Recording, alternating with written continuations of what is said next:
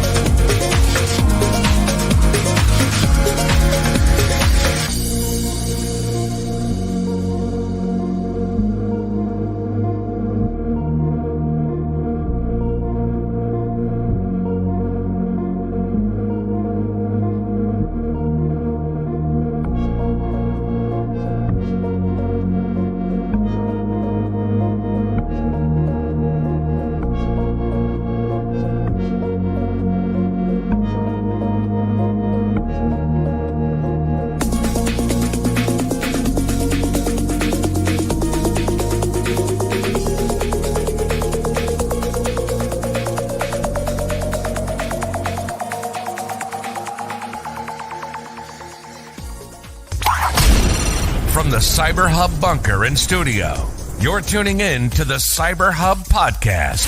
And now for your host and CISO, James Azar. Good morning, security gang, and welcome to another amazing, exciting episode of the CyberHub Podcast Practitioner Brief. It's Wednesday, January 25th, 2023. The month of January in the year of 2023 has not been a disappointing one for security practitioners. We've been highlighted with back-to-back breaches. A lot has been going on. We got some updates around Riot Games and GoTo, which is really the mother company of LastPass. We'll be talking about that. The launch of the Ransomware Taskforce is kicked off just a few days ago, and we'll see what kind of impact this task force will have for many practitioners, as well as an overnight Microsoft 365 outage that's going on just right now. So we'll get into all of that on this morning's show. Buckle up. Grab your espressos. And yes, Rachel, good morning to you, and thanks for being here. Yes, my espresso and my US-made mug, by the way. I just want to point that out, and I'll keep pointing it out because I actually found something made in the US that I enjoy. This espresso mug, by the way, is perfect because they got a place for the thumb right here. You guys can't see it on camera, but it's really, really good. With that being said, though, let's get the show going. Coffee cup cheers. And good morning to Reggie, Anthony. Good morning to Hanuk with good morning, Cyber Ninjas. And he did put the emoji. Matthew and Eddie, good morning to all of y'all. Thanks for being here. Good morning to Dom as well. So let's get the show going. But before we do, please make sure to subscribe. Find us on your favorite podcast listening platform, cyberhubpodcast.com, for all the latest as well. So Microsoft 365 outage has taken down Teams, Exchange Online, and Outlook. So if you're not getting emails this morning, or if someone isn't replying to your emails, it's likely because Microsoft is in the midst of an investigation of an ongoing outage impacting multiple 365 services in all regions. So they're saying that they've isolated the issue to a potential networking issue, and they're reviewing telemetry to determine what next troubleshooting steps are needed on the Microsoft side. Now that they've isolated it, they're looking for mitigation strategies. But here's the deal. So you've got Microsoft 365 in all regions. And apparently there's no microservices for Microsoft, because if it goes down in one place, it goes down everywhere else. Teams, Exchange Online, Outlook, SharePoint, OneDrive, Power BI, 365 Admin Center, Graph, Intune, Defender for Cloud Apps, Defender for Identity are all part of this outage. All of that. So, that's just significant. And Microsoft's going to know better than this. This is not the first time this has happened, by the way, for Microsoft, where they've had an outage in all regions impacting this. They had an issue with Azure Kubernetes in August of last year. That issue had Kubernetes offline for about 48 hours as well. So another outage here, and it's a 504 gateway timeout apparently, and the team says that the outrage is the update was due to an update. That update's been rolled back, but there's still some underlying issues going on there. But not a very good opening for Microsoft this morning. GoTo, the parent company of LastPass, is now coming out and saying the originally reported breach is far worse than what they had thought and what they have led people to believe. GoTo chief executive Patty Sernvenson confirmed the breach was far worse and included the theft of account usernames, salted and hashed passwords, a portion of MFA settings, as well as some product settings and licensing information. In the notice online, it was explained that the investigation to date has determined that a threat actor exfiltrated encrypted backups from a third-party cloud storage service related to the following products for GoTo, which is Central Pro, Join.me, Hamachi, and Remotely Anywhere. The more dangerous of these, by the way, being Remotely Anywhere, because it's really used as an RDP by many MSPs to remotely log in, push updates, and get access to devices and manage endpoints.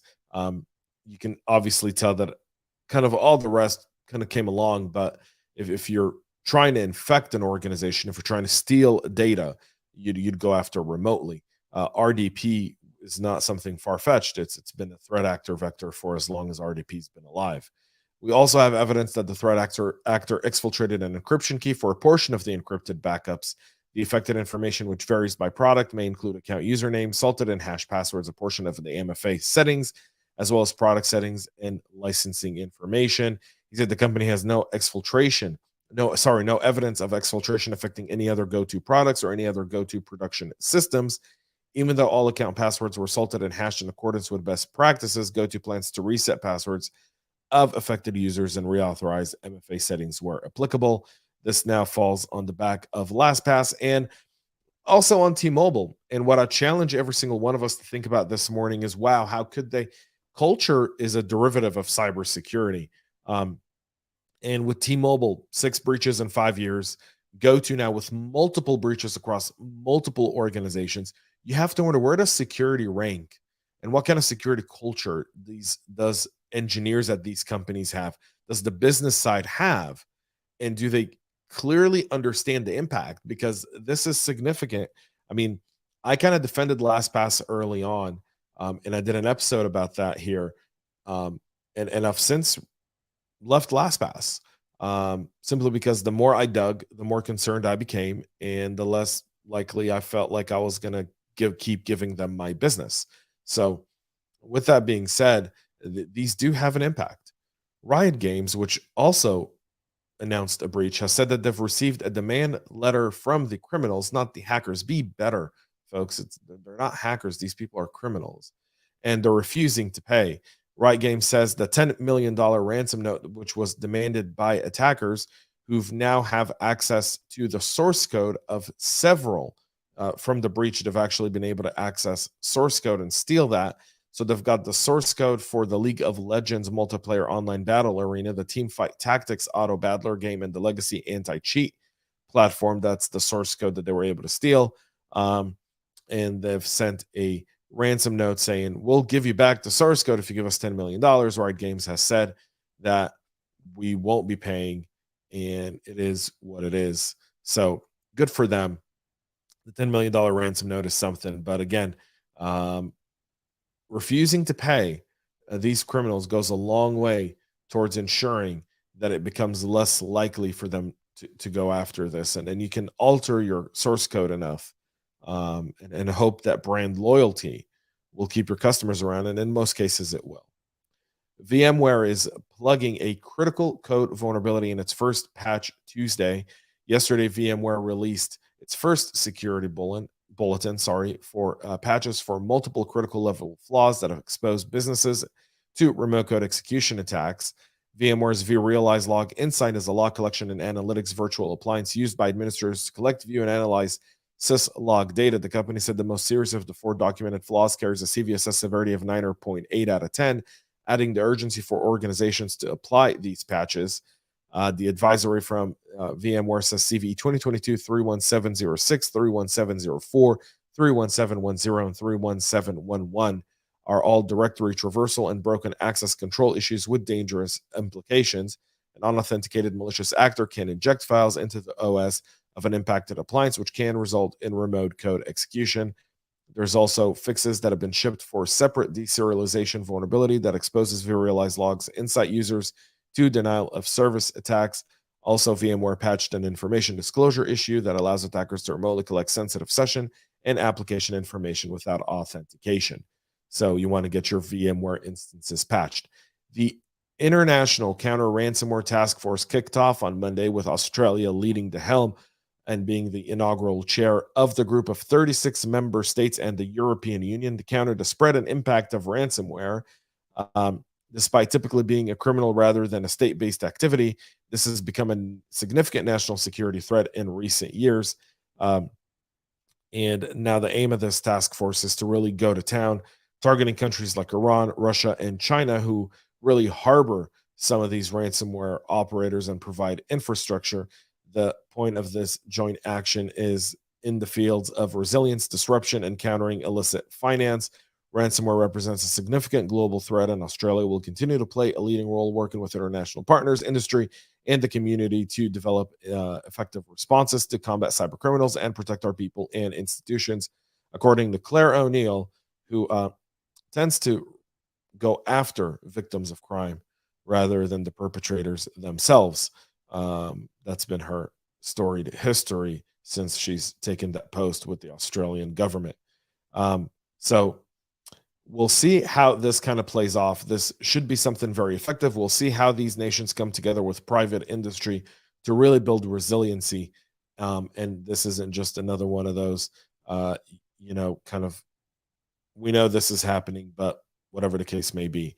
There's 5 working groups in this task force: resilience, which is led by Lithuania and India; disruption, which is led by Australia; counter illicit finance, led by the UK and Singapore; and public-private partnership, led by Spain; and diplomacy, led by Germany. So all of these working groups will be kind of working across this task force to build that out.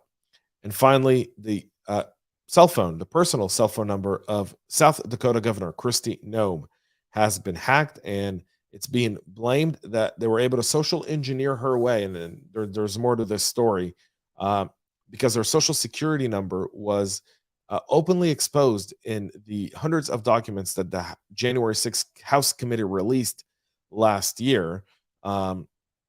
She's written a letter urging Attorney General Merrick Garland and Congress to investigate how Congress and the House overlooked the fact that her social security number, along with her family's, were all part of that documents and were not redacted from those. And a valid question to be asking as to why that happened. But nonetheless, people were able to get access to it and use that to social engineer her phone. And from there, they've been doing a bunch of spam calls and spam messages.